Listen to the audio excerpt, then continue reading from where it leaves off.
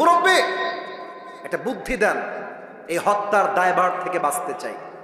তো মুরব্বীরা বলছে, বাবা আমাদের কাছে কোনো বুদ্ধি নাই, শৈলকুপায় যাও, এক মুরব্বী আছে, যদিও বা নাই, আমি জাস্ট এক্সাম্পল হিসেবে বলছি, যে মুরব্বী যুবককালে খুব বদমাইশ ছিল, মুরব্বী হয়ে হজ করে এখন দাড়ি টুপি রেখে আল্লাহওয়ালা হয়ে গেছে, ওনার কাছে যাও, উনি বুদ্ধি দিবেন। যুবক বলছে, তাই নাকি, ঠিক আছে আমি সেখানে যাব। শৈলকুপা আসছে, মুরব্বী একটা বুদ্ধি দেন, বাপকে তো আমি মাইরা ফেলছি রাগের ঠেলায়। মুরব্বী বলছে, বেয়াদব কোথাকার, তুই কি ভাবিস আমি খারাপ আছি নাকি? আমি তো ভালো হয়ে গেছি। যদি আমি ভালো না হতাম, আগের মতোই খারাপ থাকতাম, তাহলে বলতাম যেহেতু মেরেই ফেলেছিস কিছু করার নাই, এখন তুই রশি দিয়ে ফাঁসি টাঙায়, তো মানুষ বলবে রশি দিয়ে ফাঁসি দিয়ে মরে গেছে, যেহেতু আমি ভালো হয়ে গেছি তাই আমি তোকে বলবো না। বুঝলে বুঝপাতা, না বুঝলে? তার মানে তাকওয়া যদি অর্জন করতে চান, বৃদ্ধ বয়সে নয়, যুবক বয়সে মুত্তাকি হওয়া লাগবে। এক নাম্বার শেষ, দুই নাম্বারটা বলেই আমরা পুরস্কার দিব। দুই নাম্বারটা হচ্ছে প্রকৃতপক্ষের মুসলমান না হয়ে কবরে এসো না। বলেন তো এই দেশটা কাদের দেশ? এই যে এইদিকে সোনামণিরা এইদিকে তাকাও, এই দেশটা কাদের দেশ?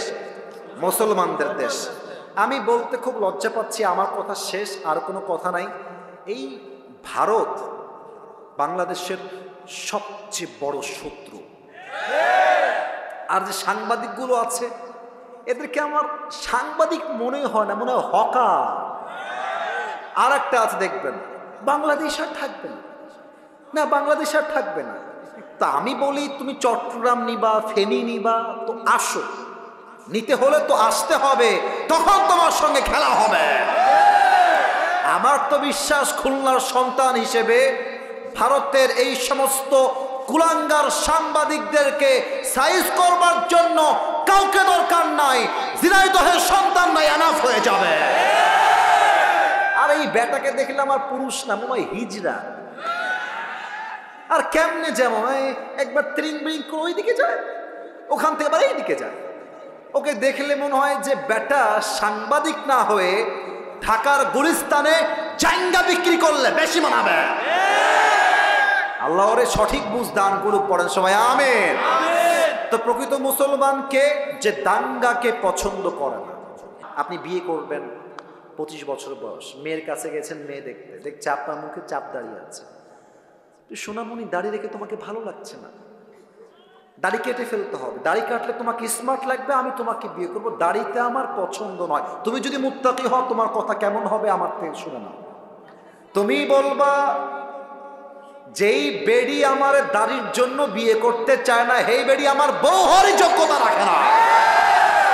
এটা নবীর সুন্নাহের দাড়ি, এটা আজও আছে, আগামীতেও থাকবে। যেই মেয়ে বিয়ে করতে চায় না দাড়ির জন্য, আলবিদা, সালাম, বাই বাই, টাটা, আল্লাহ হাফেজ। তোমার মতো টিকটকার মেয়েকে আমি নিজেই বিয়ে করব না। তাহলে দাড়ি আছে, আল্লাহর ভয় আছে, মেয়ে যাবে যাক, আমি নবীর সুন্নাহের দাড়িতে কখনো খুঁট ঠেকাইতে পারবো না, ঠিক কিনা? 3 নাম্বার এক্সাম্পল দিয়ে শেষ করছি। এলাকায় বিয়ে শাদী হয় না? এই যে মুরব্বীরা কয় হয়, যুবকরা কয় হয় না, কারণ হুজুর আমি তো বিবাহিত না। আরে বেটা কথা কন, হয় কি হয় না? এখনকার বিয়ে শাদী যতই ভালো হোক, মুরব্বী আব্বাজান যতই 5 ওয়াক্ত নামাজি হোক, বিয়ের বাড়িতে গান বাজনা না বাজলে নাকি বিয়েই হয় না।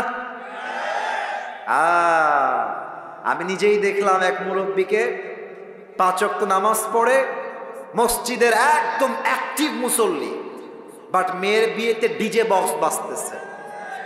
আব্বাজান, ওই নামাজ দিয়ে কোনো কাজ হবে না, যেই নামাজ দিয়ে আপনি আপনার মেয়ের বিয়েতে ডিজে বক্স বন্ধ করতে পারেন না।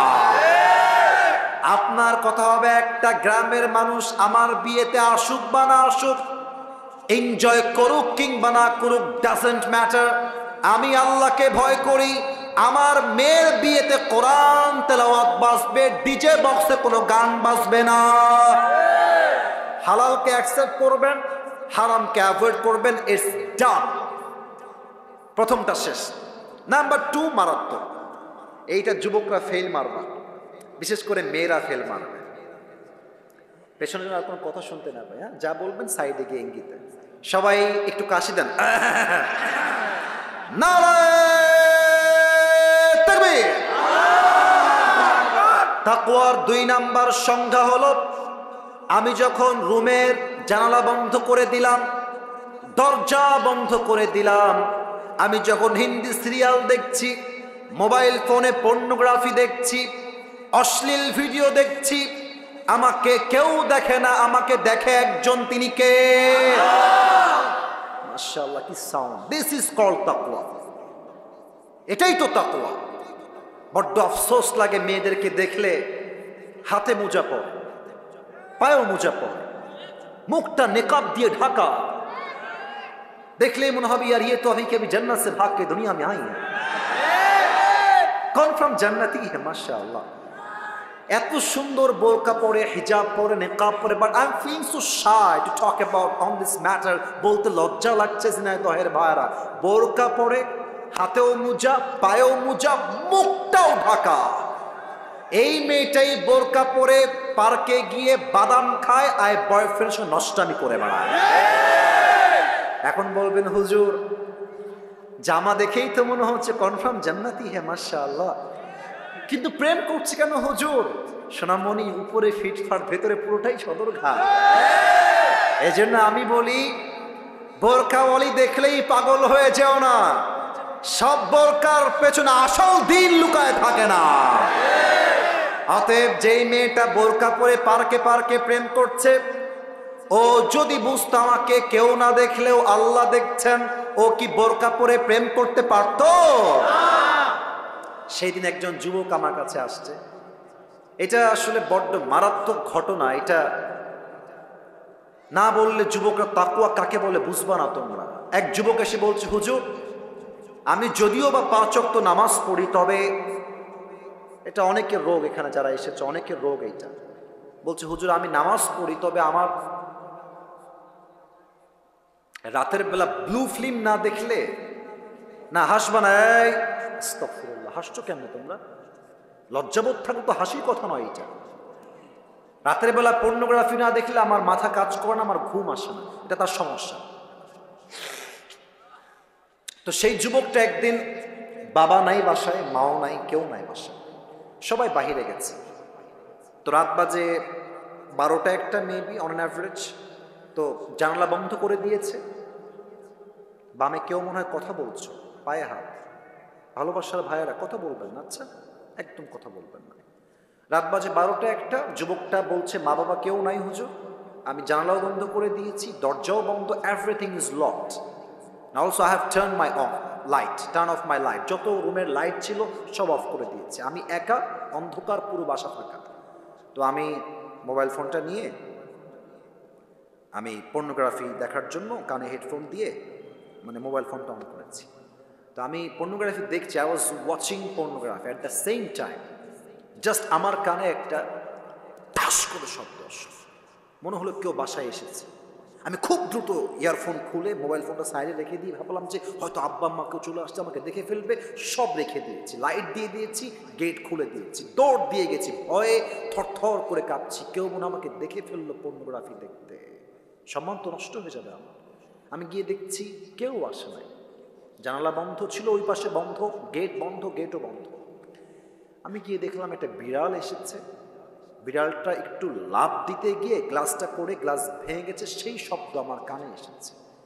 তখন আমার কলিজায় একটা কথা আঘাত লাগলো যে সামান্য একটা বিড়ালের শব্দে আমার কলিজায় কম্পন তৈরি হয়ে গেল, কেউ আমাকে দেখে ফেলে কিনা।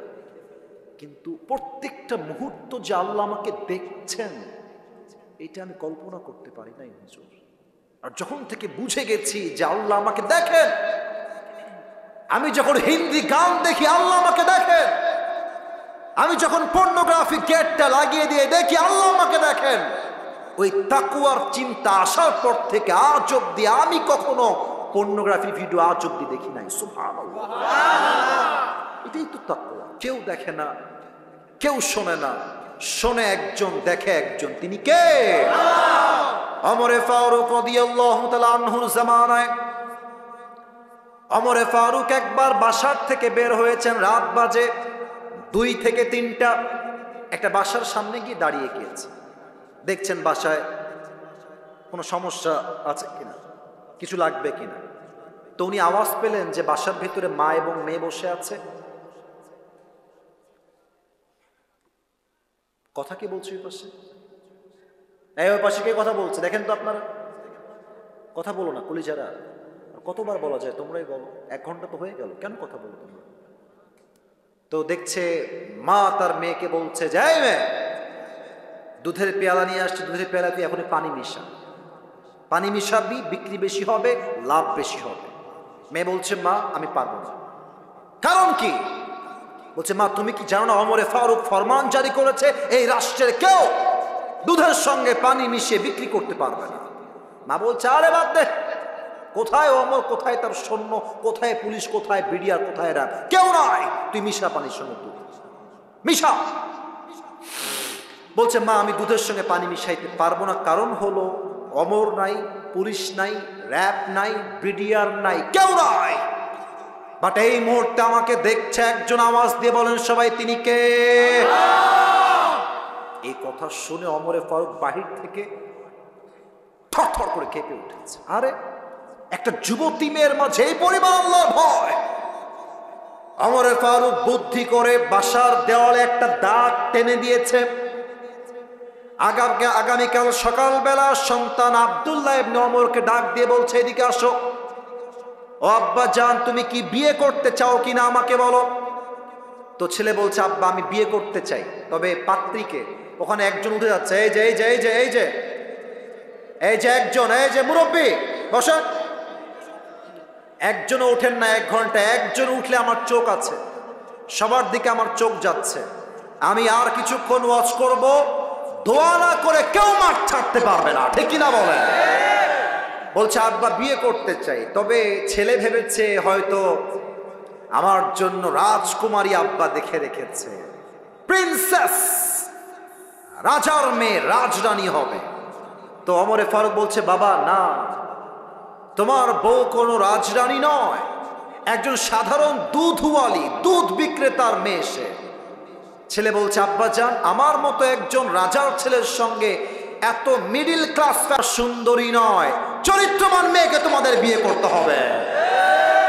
আচ্ছা একবার ভাবো তো, যেই মেয়েটা সামান্য কয়েকটা ফ্যান ফলোয়ার্স পাওয়ার জন্য টিকটক করে বেড়ায়, যেই মেয়েটা সামান্য কয়েকটা ফলোইং এর জন্য দেহের পোশাক খুলতে দ্বিধাবোধ করে না, লজ্জাবোধ করে না, সেই টিকটকার মেয়ে তোমার বউ হলে তোমার জীবনটাই নষ্ট হয়ে যাবে, ঠিক কিনা বলো?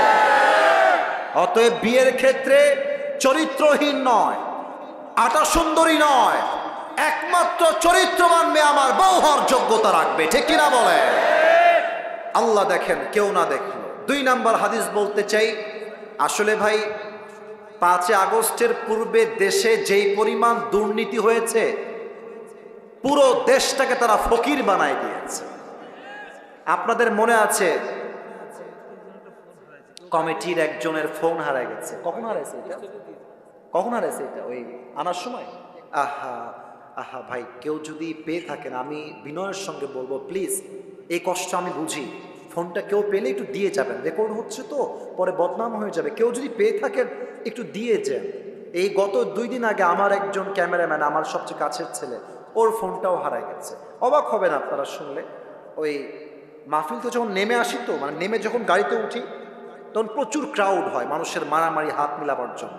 তো ওই ছেলেটা পেছু পেছু আসছিল, ঠাস করে ফোনটা পড়ে গেছে, এবং ফোনটা পড়ার সঙ্গে সঙ্গে কে যেন তুলে নিয়েছে।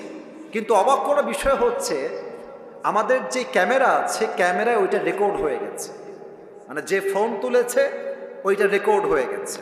পরে থানায় আমরা জিডি করেছি, পরে ক্যামেরা চেক করে দেখছি যে ফোন তুলেছে তাকে রেকর্ডে দেখা যাচ্ছে, সে ফোনটা তুলে এমনি এমনি দেখতেছে, ফোনটা পকেটে ঢুকাচ্ছে, সব দেখা যাচ্ছে।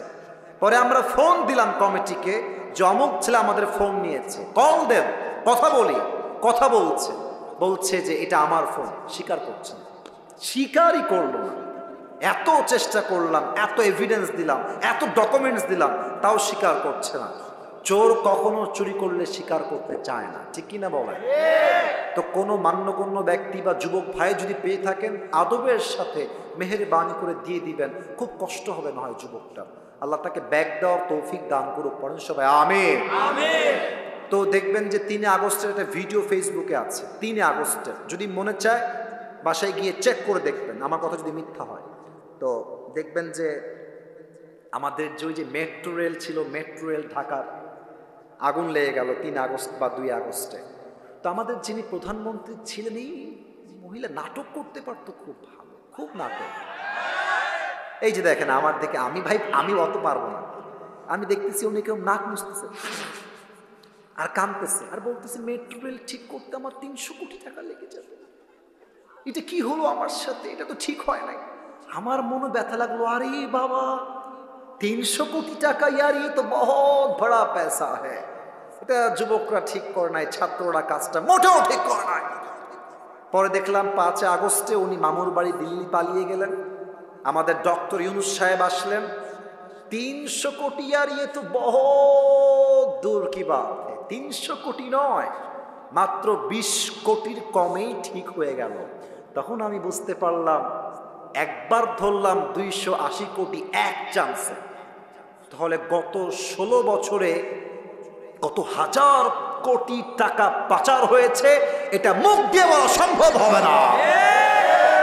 এবার হাদিস শোনেন যে তাকওয়া। আচ্ছা, আরেকটা বদমাইশ নেতা ছিল কাউয়া কাদের, এরা আপনারা চেনেন সবাই? এই যে এমন উধাও হওয়া হয়েছে, ওরে হারিকেন দিয়ে আর খুঁজে পাওয়া যায় না।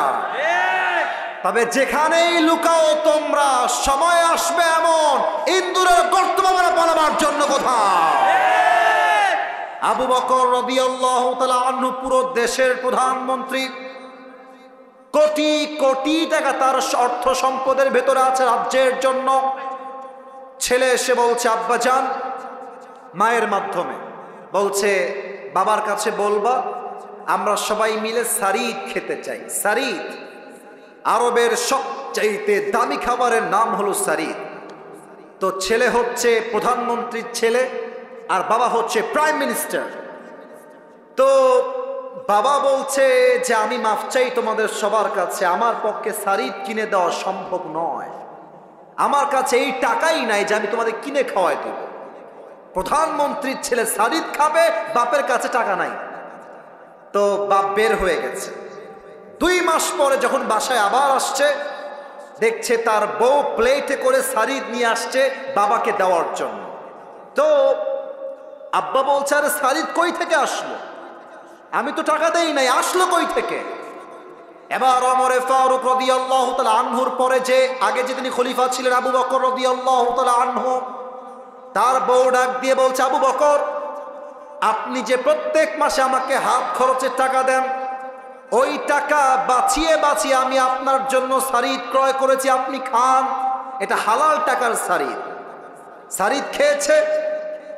খাওয়ার শেষেই মজলিসে শুরা, মেয়র, এমপি, মন্ত্রী, দায়িত্বশীল সবাইকে ডেকে বিশাল বড় একটা মজলিস করেছেন। বামে আওয়াজ করছে কে বাবুরা? কে আওয়াজ করছে? প্রত্যেকটা মানুষ চাতক পাখির মতো তাকিয়ে আছে। কেন আওয়াজ করছো? মানে 1 ঘন্টার বেশি ওয়াজ শুনবো না, তাই তো? শেষ করতে হবে আমাকে, তা আওয়াজ কেন করছো? কমিটি চুপচাপ, তোমরা আওয়াজ করছো। তাকবীর দেন, নারায়ে তাকবীর। সবাইকে ডেকে একটা মিটিং করেছে। বলছে এই রাষ্ট্রের দায়িত্বশীল ব্যক্তিবর্গরা আমাকে বলেন আমার প্রত্যেক মাসের বেতন কয় টাকা? তো বলছে আপনার বেতন হচ্ছে 30,000 টাকা। বলছে 30,000 টাকা এখন থেকে কমায় দাও, এটাকে 25-এ নিয়ে আসো, আমি এত বেতন নিব না। একজন যুবক ডাক দিয়ে বলছে ইয়া খলিফাতুল মুসলিমিন, বেতন আপনার কমবে কেন? দিন দিন তো বেতন বাড়ার কথা। আবু বকর ডাক দিয়ে বলছে শোনো শোনো, আমার যেই বেতন দেওয়া হয়, আমার বউ 2-3 মাসের টাকা জমিয়ে আমার জন্য, সন্তানের জন্য সারিদ ক্রয় করেছে, এটাই প্রমাণ। আমার বেতন থেকে কিছু টাকা অলওয়েজ বেঁচে যায়। তো আমি এটাই চাই, আমার বেতন টাকা বাঁচবে কেন? কমায় দাও, আজ থেকে 30,000 নয় 25,000 টাকা হবে আমার বেতন। তো এক সাহাবী বলছে ইয়া খলিফাতুল মুসলিমিন, মাত্র 5,000 টাকা থাক না, কমাইতে হবে কেন, থেকে যাক, রেখে দেন। আবু বকর বলছে ঠিক আছে আমি রেখে দিব, বাট আমাকে যদি আল্লাহ কিয়ামতের দিন হিসাব নেয় যে তুমি রাষ্ট্রের 5,000 টাকা মেরে খেয়েছিলা কিনা, তুমি আমাকে বলো যে এই দায়ভারটা তুমি তোমার ঘাড়ে বহন করবা। আল্লাহু আকবার। মাত্র কয়েকটা টাকা, এত হাজার কোটি টাকা রয়েছে, মাত্র 5,000 টাকার জন্য আল্লাহর ভয় রেখেছে। এই ভয় যদি শেখ হাসিনার থাকতো, একটা ছাত্র রাস্তায় তার বুকের তাজা রক্ত ঝরিয়ে শহীদ হওয়া লাগতো না। এদের মাঝে সব ছিল, আল্লাহর ভয় ছিল না। অতএব আমাদের কথা একটা, আগামীর বাংলাদেশে কোনো নারী নেতৃত্বই আমরা দেখতে চাই না। আগামীতে আমরা আমার মাতৃভূমি বাংলাদেশে এমন একজন প্রধানমন্ত্রী দেখতে চাই যিনি একই সময়ে দেশের প্রধানমন্ত্রী হবেন এবং তার যোগ্যতা এতটা হাইলি কোয়ালিফাইড হবে, তিনি চাইলে জাতীয় মসজিদ বাইতুল মুকাররমে দাঁড়িয়ে জুমার খুতবা দেওয়ার যোগ্যতাও রাখবে।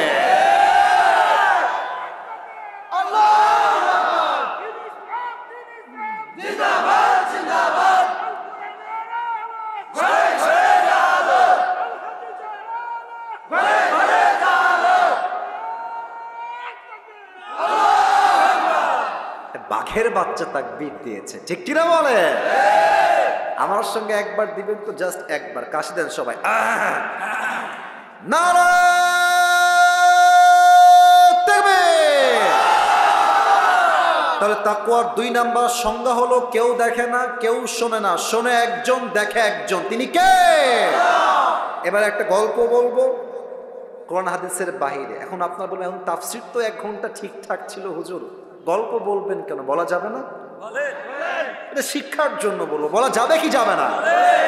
এই যে যে যুবকগুলো এসেছে সব তাগড়া, 19, 20, 21, 22 বয়স, বলবেন এই চলো নামাজে যাই, বলবে হুজুর প্যান্টটা আমার খারাপ, নামাজ পড়তে পারবো না। আছে না না? প্যান্ট খারাপ নয়, চরিত্র খারাপ। ছোট্ট একটা গল্প বলছি তাকওয়াকে ঘিরে, বুঝবেন, মেসেজ নিবেন। 2 নাম্বার মেসেজ বলবো, পুরস্কার দিয়ে দোয়া করে বাসায় ফিরে যাব। রাজি আছেন তো ইনশাআল্লাহ? যুবকরা একদিন ঠিক হবে বোঝাবার জন্য আমি একটা গল্প মাঝে মাঝে বলি। আমার বাসা তো খুলনায়, আমার ভাষার মধ্যে খুলনার টান মাঝে মাঝে চলে আসে, তা আমি কিছুটা খুলনার ভাষায় বলবো, শুনবেন তো ইনশাআল্লাহ? ওই ব্যাঙে আর সাপে ছিল চরম বন্ধুত্ব।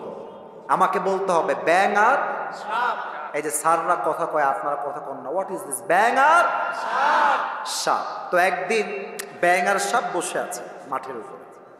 তো ব্যাঙ কচ্ছে, বন্ধু তোমার চেহারা বড্ড সুন্দর বন্ধু, তোমার যে গায়ের রং জাস্ট ওয়াও, তোমার যে ফসফস করা স্টাইল দেখতে চরম ভালো লাগে বন্ধু, খুবই সুন্দর তুমি দেখতে। তো সাপ পামটাম খেয়ে ফুলে গেছে। বন্ধু আমি সত্যি সুন্দর নাকি বন্ধু? বলতো হয় বন্ধু তুমি সত্যি সুন্দর, অনেক সুন্দর। তো এত প্রশংসা খেয়ে তো ফুলে গেছে। এখন ব্যাঙ বলছে, বন্ধু সবই ঠিকঠাক আছে, তবে তোমার একটা বিষয় আমার বড্ড ভালো লাগে না, একদম খারাপ লাগে দেখতে। বলছে কি কওদি বন্ধু, কি খারাপ লাগে তোমার? তো বলছে, বন্ধু তোমার চেহারাও সুন্দর, রঙও সুন্দর, ফসফসও সুন্দর, বাট তুমি যখন রাস্তা দিয়ে হাঁটো বন্ধু, সোজা হয়ে হাঁটতে পারো না, ত্রিং বিরিং করে হাঁটো। এই ত্রিং বিরিংটা আমার পছন্দ হয় না বন্ধু, তুমি কি সোজা হয়ে হাঁটতে পারো না? তো সাপ বলছে, বেয়াদব, তোর এত বড় সাহস, তুই আমার বদনাম করতেছিস, তোরা আজকে খাইছি। এমনি ফস করে উঠছে। এখন ব্যাঙ করছে, বন্ধু তুমি লোক তো সুবিধার না, তোমার এতগুলো প্রশংসা করলাম তোমার গায়ে ঠেকলো না, তোমার একখান বদনাম করলাম গায়ে লেগে গেল বন্ধু, তুমি তো লোক সুবিধার না। ব্যাঙ দিয়েছে 1 লাফ, গিয়ে পড়ছে পুকুরের ভেতরে। এখন সাপ যে ফস করে উঠছে, পাশে ছিল এক রাখাল। রাখাল কচ্ছে, কিডারে? মানে কিডা? দৌড় দিয়ে আসছে, দেখছে মাশাআল্লাহ সাপ মামা এইভাবে আছেন। এখন রাখালের হাতে ছিল বিশাল লম্বা একটা বাঁশের লাঠি। রাখাল বলছে দেরি করা যাবে না, বিসমিল্লাহ বলে এখনই শুরু করে দেই। মার, সেই মার 20 মিনিট পিটায় সাপকে এখন সোজা করে ফেলেছে। এখন সাপ যে সোজা হয়ে গেছে, সাপ আর কথা কয় না। এখন ওদিকে ব্যাঙ তো পানির নিচে লুকায় আছে। ব্যাঙ কয় কি রে, 1 ঘন্টা হয়ে যায়, 2 ঘন্টা হয়ে যায়, বন্ধু কথা কষ্ট না কিসের জন্য? বন্ধু গেল কোয়ানে, বন্ধু আমার গেল কোয়ানে। উঠে আসছে, এসেই দেখছে অবাক করা বিষয়, বন্ধু আর তিরিং বিরিং নাই, বন্ধু সোজা হয়ে গেছে। এখন ব্যাঙ বলছে কি খবর রে, বন্ধু আমার সোজা হইলো কেমবেলা? দৌড় দিয়ে আসছে বন্ধুর কাছে, এসে দেখছে বন্ধু আর জিন্দা নাই, বন্ধু মহিলা ভূত হয়ে গেছে। আর বন্ধুর দেহের ভেতরে সাপের যে বিষ আর ফেনা সব বের হয়ে গেছে। এখন ব্যাঙ বলছে ওরে বন্ধু রে, আপনি সেই সোজা হইলেন, তবে ফেনা থাকতে আর সোজা হইতে পারলেন না, ফেনা বের হয়ে আপনি সোজা হইলেন, ঠিক কিনা বলে? তো তোমরা যারা বলো হুজুর প্যান্ট খারাপ, নামাজ পড়বো না, আরে এখনই কি নামাজের বয়স নাকি? কেবল তো 20, বিয়ে করব, বউ হবে, বাচ্চা হবে, বাচ্চার বাচ্চা হবে, নানা হব, দাদা হব, তারপরে নামাজ পড়বো। বেটা, সাপের বিষ বের হওয়ার পরে সাপ যেমন সোজা হয়ে লাভ পায় নাই, যৌবন কাল পেরিয়ে গেলে ভালো হয়ে 2 পয়সা লাভ পাবা না। অতএব ভালো হতে চাইলে এটাই রাইট টাইম। আর একটা কথা মনে পড়ে গেল, বলা যাবে না, না রাগ করবেন মনে, টাইম তো শেষ, বলা যাবে? যাবে। আমাদের উত্তরবঙ্গে একজন হুজুর আছেন, ওনার নাম হচ্ছে, অনেকে শুনেছেন হয়তো বা, বজলুর রশিদ হুজুর।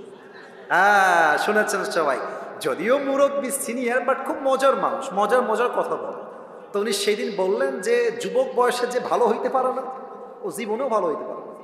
বোঝাবার জন্য একটা এক্সাম্পল দিলেন। এক ছেলে বাপের সঙ্গে ঝগড়া, বাপকে একদম মাইরা ফেলছে, রেগে গিয়ে একদম মেরে ফেলছে। এখন ভাবতেছে মেরে তো ফেললাম, এখন তো আমার জেল হয়ে যাবে, বাঁচা যায় কেমন করে? এখন এলাকার মুরব্বীদের কাছে গিয়েছে, মুরব্বী একটা বুদ্ধি দেন, এই হত্যার দায়ভার থেকে বাঁচতে চাই। তো মুরব্বীরা বলছে বাবা আমাদের কাছে কোনো বুদ্ধি নাই, শৈলকুপায় যাও, এক মুরব্বী আছে, যদিও বা নাই, আমি জাস্ট এক্সাম্পল হিসেবে বলছি, যে মুরব্বী যুবককালে খুব বদমাইশ ছিল, মুরব্বী হয়ে হজ করে এখন দাড়ি টুপি রেখে আল্লাহওয়ালা হয়ে গেছে, ওনার কাছে যাও, উনি বুদ্ধি দিবেন। যুবক বলছে তাই নাকি, ঠিক আছে আমি সেখানে যাব। শৈলকুপা আসছে, মুরব্বী একটা বুদ্ধি দেন, বাপকে তো আমি মাইরা ফেলছি রাগের ঠেলায়। মুরব্বী বলছে বেয়াদব কোথাকার, তুই কি ভাবিস আমি খারাপ আছি নাকি? আমি তো ভালো হয়ে গেছি। যদি আমি ভালো না হতাম, আগের মতোই খারাপ থাকতাম, তাহলে বলতাম যেহেতু মেরেই ফেলেছিস কিছু করার নাই, এখন তুই রশি দিয়ে ফাঁসি টাঙায়, তো মানুষ বলবে রশি দিয়ে ফাঁসি দিয়ে মরে গেছে, যেহেতু আমি ভালো হয়ে গেছি তাই আমি তোকে বলবো না। বুঝলে বুঝপাতা, না বুঝলে? তার মানে তাকওয়া যদি অর্জন করতে চান, বৃদ্ধ বয়সে নয়, যুবক বয়সে মুত্তাকি হওয়া লাগবে। 1 নাম্বার শেষ, 2 নাম্বারটা বলেই আমরা পুরস্কার দিব। 2 নাম্বারটা হচ্ছে প্রকৃতপক্ষের মুসলমান না হয়ে কবরে এসো না। বলেন তো এই দেশটা কাদের দেশ? এই যে এইদিকে সোনামণিরা এইদিকে তাকাও, এই দেশটা কাদের দেশ? মুসলমানদের দেশ। আমি বলতে খুব লজ্জা পাচ্ছি, আমার কথা শেষ, আর কোনো কথা নাই। এই ভারত বাংলাদেশের সবচেয়ে বড় শত্রু। আর যে সাংবাদিকগুলো আছে, এদেরকে আমার সাংবাদিক মনে হয় না, মনে হয় হকার।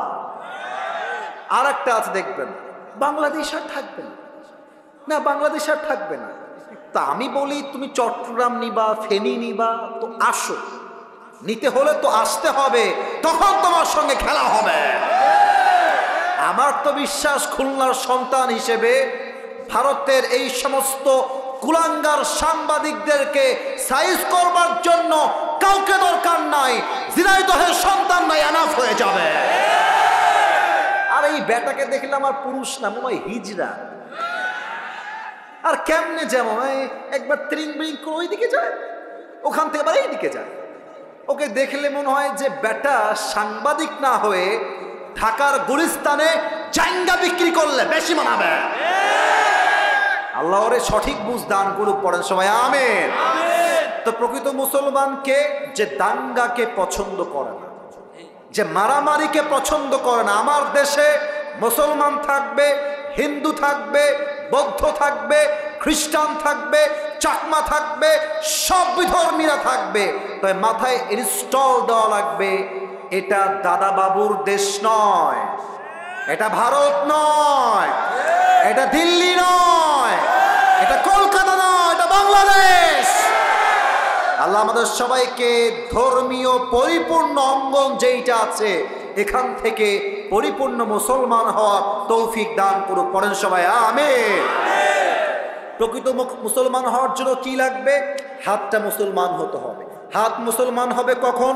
যখন আপনি হাত দিয়ে হারাম কাজ করবেন না। চোখ মুসলমান হবে কখন? যখন চোখ দিয়ে আপনি হারাম কোনো জিনিস দেখবেন না। জবানটা মুসলমান হবে কখন? যখন জবান দিয়ে আপনি অশ্লীল কোনো হারাম গালি দিবেন না। আপনার পেটটা কখন হবে মুসলমান? যখন এই পেটে কোনো হারাম খাবার যাবে না। আপনার পা মুসলমান কখন হবে? এই পা দিয়ে আপনি যখন কোনো সিনেমা হলের দিকে হেঁটে হেঁটে যাবেন না। ঠিক কিনা বলেন? পুরো দেহটাকে মুসলমান বানাইতে হবে। সকলেই বলেন আমিন। সবাই দুই হাত তুলেন, সবাই দুই হাত তুলেন, সবাই, কেউ যেন বাদ পড়ে না যায়। বলেন সবাই ঝিনাইদহের শৈলকুপার ভার। বলেন সবাই হুজুর। শেষ ভালো যার সব ভালো তার। অতএব আস্তে কথা কইেন না, জোরে কন, বলেন হুজুর। আমরা ঝিনাইদহের সন্তান, আপনাকে ওয়াদা দিলাম। আরে यार जोर से बोलो, ওয়াদা দিলাম। দোয়া না করে আমরা কেউ, আমার দুই হাত দেখবেন, আমি যেমনে বলবো exactly you have to copy. আপনাকে এমনিই বলতে হবে। বলেন যাব না। আস্তে হয়ে গেছে, আমি কিন্তু বুঝি। বলেন সবাই যাব না। বলেন সবাই ইনশাআল্লাহ। হাত নামান। এবার পুরস্কার দিয়ে দোয়া হবে। 12টার সময় ক্লোজ হবে। আজকের ওয়াজের চাইতে ফজরটা জামাতে পড়া 1000 গুণ বেশি দামি ঝিনাইদহের ভাই। আমি পুরস্কার দিব পুরো ওয়াজটাকে 1 থেকে 1.5 মিনিটে। জাস্ট সারাংশ বলছি। যে যুবকটা দাঁড়াবা, একটু মনোযোগ দাও। এই টুপি পাওয়ার জন্য তোমার অনেক বেশি হেল্পফুল হবে বলে আমি আশা রাখছি। আজকে আমরা তাফসীর পেশ করেছি 4 নম্বর পারার 2 নম্বর পৃষ্ঠা, সূরাত আলে ইমরানের 102 নম্বর আয়াত। এই আয়াতে আল্লাহ তাআলা মোট 2টা মেসেজ দিয়েছেন। যে কোনো আয়াতের তাফসীর পেশ করতে 4টা বিষয় লাগে। 1 সঠিক তেলাওয়াত, 2 তরজমা, 3 ব্যাখ্যা, 4 শিক্ষা। আমরা জেনেছিলাম 2টা মেসেজ হচ্ছে এইরকম। 1 আল্লাহকে ভয় করো, ভয় করার মতো। 2 নাম্বার প্রকৃতপক্ষের মুসলমান না হয়ে কবরে শোনা। তাকওয়ার ব্যাপারে বলেছিলাম, তাকওয়া হচ্ছে একটা ব্যবসার মতো। আর এই ব্যবসার লাভ বলেছিলাম কয়টা? 3টা। বলো সবাই কয়টা? একটু জোরে বলেন কয়টা? 1 তাকওয়ার ব্যবসার প্রথম লাভ হলো বিপদে পড়লে কোনো টেনশন নাই, উদ্ধার করবে একজন, তিনি কে? আল্লাহ। 2 নাম্বার তাকওয়ার ব্যবসার 2 নাম্বার লাভ হলো রিজিকের কোনো টেনশন নাই। যে মুত্তাকি তার রিজিককে আল্লাহ এমন জায়গার থেকে দিবে, মুত্তাকি বান্দা কল্পনাও করতে পারবে না রিজিকটা আসলো কই থেকে। সুবহানাল্লাহ। 3 নাম্বার লাভ হলো তাকওয়া যেই বান্দার হৃদয়ে থাকবে, একটা জান্নাতের মালিক হবে না, সে 2টা জান্নাতের মালিক হয়ে যাবে। সুবহানাল্লাহ। জোরে সরে পড়েন সুবহানাল্লাহ। সুবহানাল্লাহ। এই হচ্ছে তাকওয়ার ব্যবসা এবং তাকওয়ার লাভ। তারপরে বলেছিলাম যে তাকওয়া আসলে কাকে বলে। 2টা অর্থ বলেছিলাম।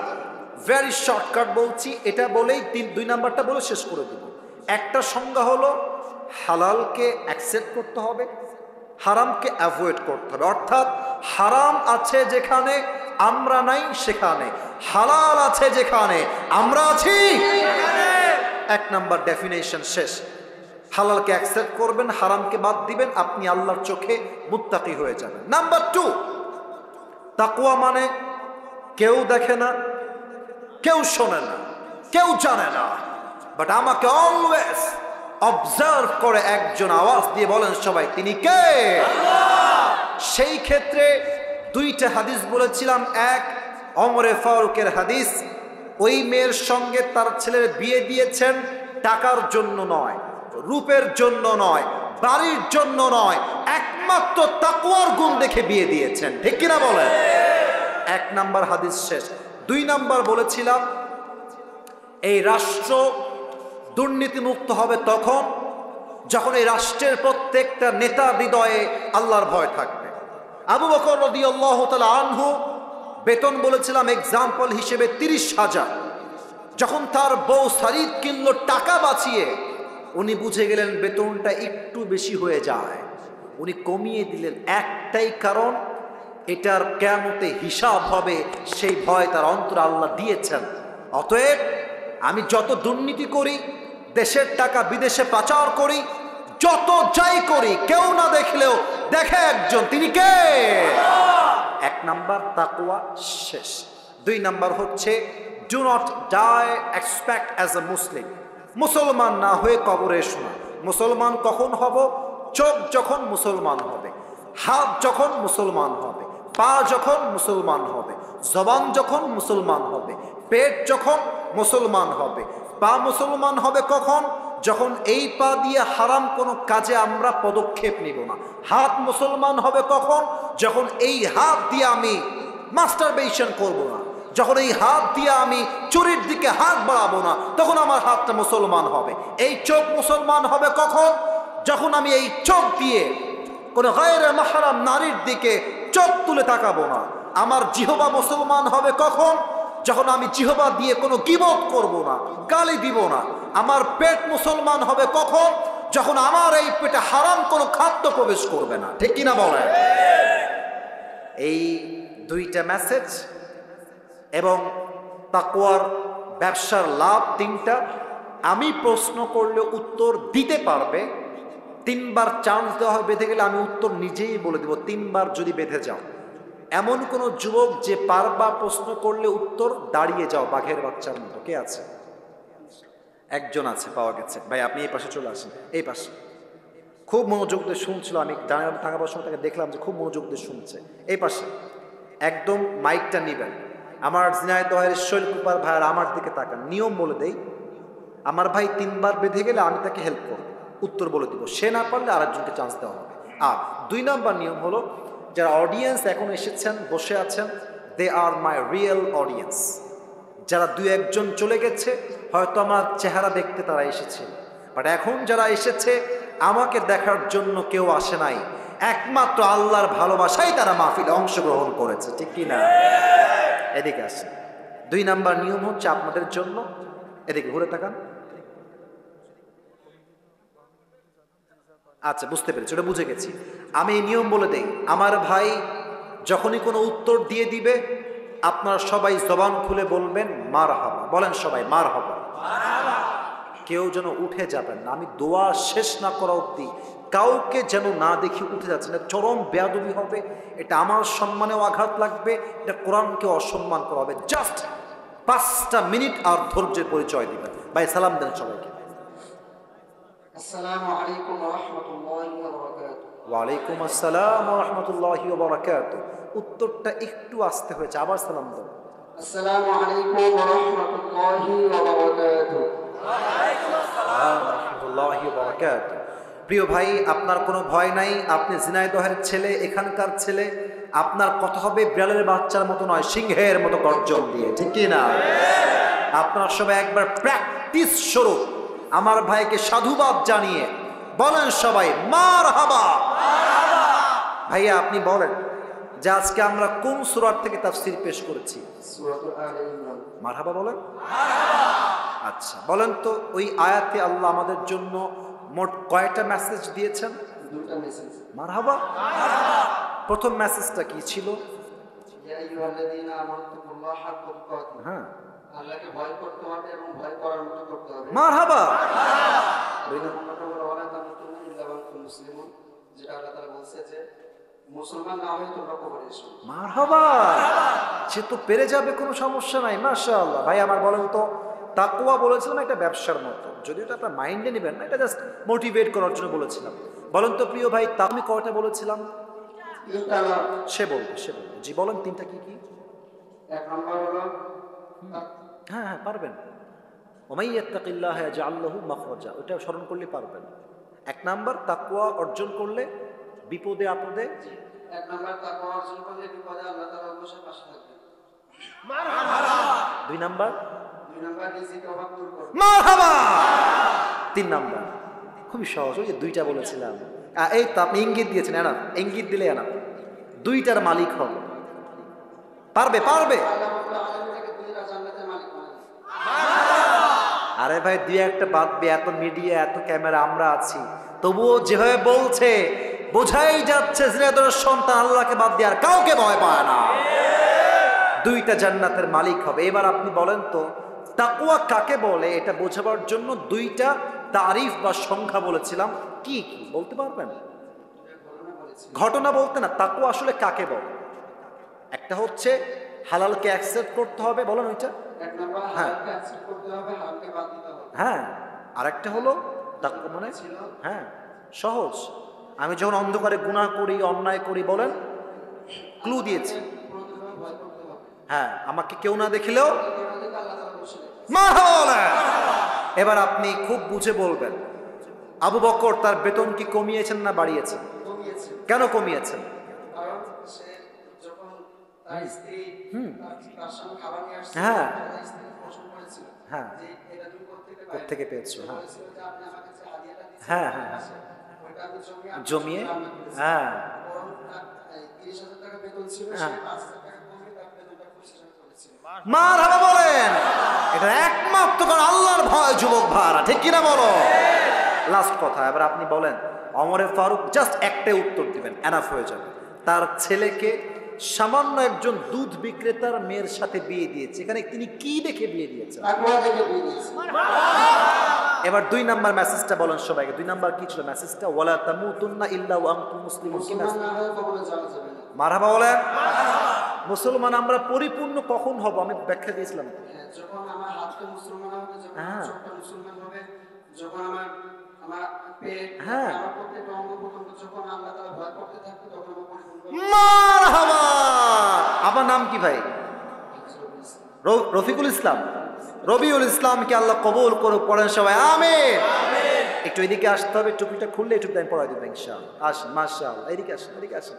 এই মারহাবা বলবেন না আপনারা সবাই? মাশাআল্লাহ, ওকে যুগশ্রেষ্ঠ আলেম হিসেবে আল্লাহ কবুল করুক। পড়েন আমিন। তুমি আমার হুজুরের সামনে বসে পড়ো, এখানেই বসে পড়ো। আমার ভাইয়ারা, আপনারা আমার ভালোবাসা রেখেছেন, আপনারা আমার মান রেখেছেন, আমি খুশি হলাম। ইনশাআল্লাহ আল্লাহ বাঁচায় রাখলে আগামীতেও দেখা হবে। রাজি আছেন তো ইনশাআল্লাহ? তবে একটা কথা সবাইকে বলতে চাই, এই মাহফিলটা আজকে হয়েছে, আগামীতেও এই মাহফিলটা হোক। আমরা সবাই চাই কি চাই না? যুবকদেরকে মাইনাস করবেন না। ওরা আজকে আমাকে নিয়ে আসছে, আগামীতে ওরা মিজানুর রহমান আজহারিকেও নিয়ে আসতে পারে। কই যায় এরা? কই যায়? এই যে দুইজন কই যায়? এই যে আব্বাজান বসেন, হ্যাঁ বসো বসো, বসে দাও। এই মাহফিলটা আগামীতে হোক, এটা আমরা কারা কারা চাই? দুটো হাত তুলে আল্লাহকে দেখায়। তাকবীর দিবেন না কেউ, হাত উপরে রাখবেন। আমি বলে দেই, ঝিনাইদহের মানুষ মুনাফেক হবেন না। ওয়াদা দিয়েছেন, দোয়া করে যাবেন, দোয়া মাত্র 3 মিনিট হবে। এই মুহূর্তে ভলান্টিয়ার্স ভাইরা সবাই যাবেন, সবাই 2 হাত পকেটে দিবেন, আমি দোয়া করব, দোয়ার মাঝে কালেকশনটা হয়ে যাবে, দোয়া শেষ, হাত মিলাবো, বিদায় নিয়ে বাসায় যাব। রাজি আছেন তো ইনশাআল্লাহ? সবাইকে দেখছি, সবাই 2 হাত পকেটে দেন, সবাই 2 হাত পকেটে, সবাই 2 হাত পকেটে দেন, পকেটে। এই ভলান্টিয়ার্সরা যাও।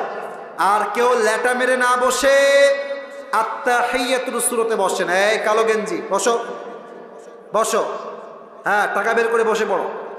সবাই দুরূদ শরীফ পড়ুন, আল্লাহুম্মা সাল্লি আলা মুহাম্মদ ওয়া আলা আলি মুহাম্মদ। এই ভলান্টিয়ার্সরা যাও না কেন? 20-30 জন যাবা, যেন কোনো বিশৃঙ্খলা না হয়। কয়েকজন উঠছো মাঝখান থেকে, পিচ্ছিরা বসে পড়ো।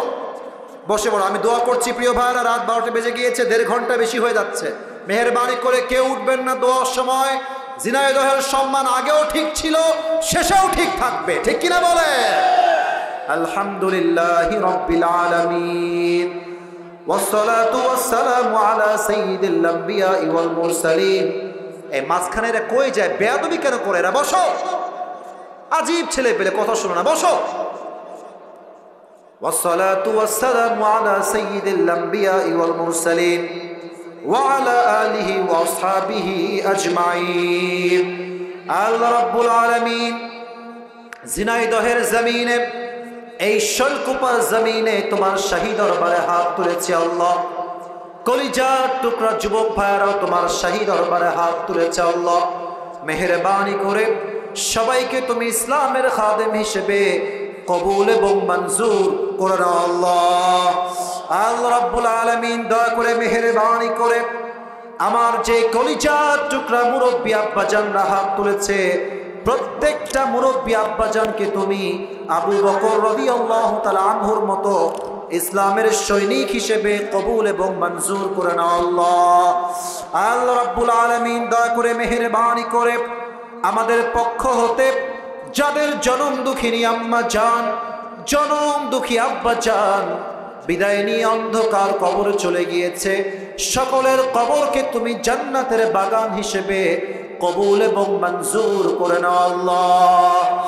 আল্লাহ রাব্বুল আলামিন দয়া করে মেহেরবানি করে আমার যে যুবক ভাইরা আজকের মাহফিলকে বাস্তবায়ন করবার জন্য মাথার ঘাম পায়ে ফেলে তারা পরিশ্রম করেছে আল্লাহ, আমার কলিজার টুকরা যুবক ভাইদের পরিশ্রমকে তুমি তোমার সন্তুষ্টির ওয়াসিলা হিসেবে কবুল এবং মঞ্জুর করে নাও আল্লাহ।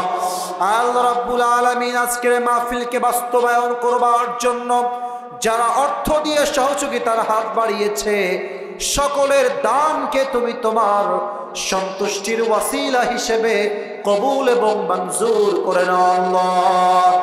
আল্লাহ রাব্বুল আলামিন দয়া করে মেহেরবানি করে আজকের মাহফিলে যেই মায়েরা বোনেরা আমার ওয়াজ শুনেছে আল্লাহ, প্রত্যেকটা মা বোনকে তুমি ফাতেমা রাদিয়াল্লাহু তাআলা আনহার চরিত্রে চরিত্রবান হওয়ার তৌফিক দান করে দাও আল্লাহ। আমার যেই যুবক ভাইরা দিনরাত পরিশ্রম করে আজকের এই মাহফিলকে বাস্তবায়ন করেছে, নেক্সট বছর এর চাইতে আরো সুন্দর মাহফিল যেন করতে পারে আল্লাহ, সেই তৌফিক আমার যুবক ভাইদেরকে তুমি পরিপূর্ণরূপে দান করে দাও আল্লাহ। আল্লাহ রাব্বুল আলামিন সর্বশেষ একটা দোয়া করে তোমার শাহী দরবার থেকে বিদায় নিব আল্লাহ। সেই 10টা 25 থেকে নিয়ে এখন রাত বাজে 12টা 5, যুবক ভাইয়ারা মুরব্বী আব্বা জানরা অত্যন্ত ধৈর্যের সাথে এই 1.5 ঘন্টার বেশি সময় ধরে কোরআন থেকে হাদিস থেকে প্রত্যেকটা কথা দিল থেকে শ্রবণ করেছে আল্লাহ।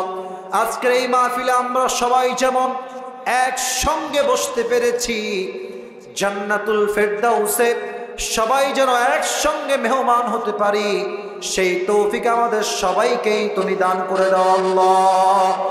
রব্বানা তাকাব্বাল মিন্না ইন্নাকা আনতাস সামিউল আলিম ওয়া তুব আলাইনা ইন্নাকা আনতাত তাওয়াবুর রহিম। সুবহান রাব্বিকা রাব্বিল ইজ্জাতি আম্মা ইয়াসিফুন ওয়া সালামুন আলাল মুরসালিন ওয়ালহামদুলিল্লাহি রাব্বিল আলামিন।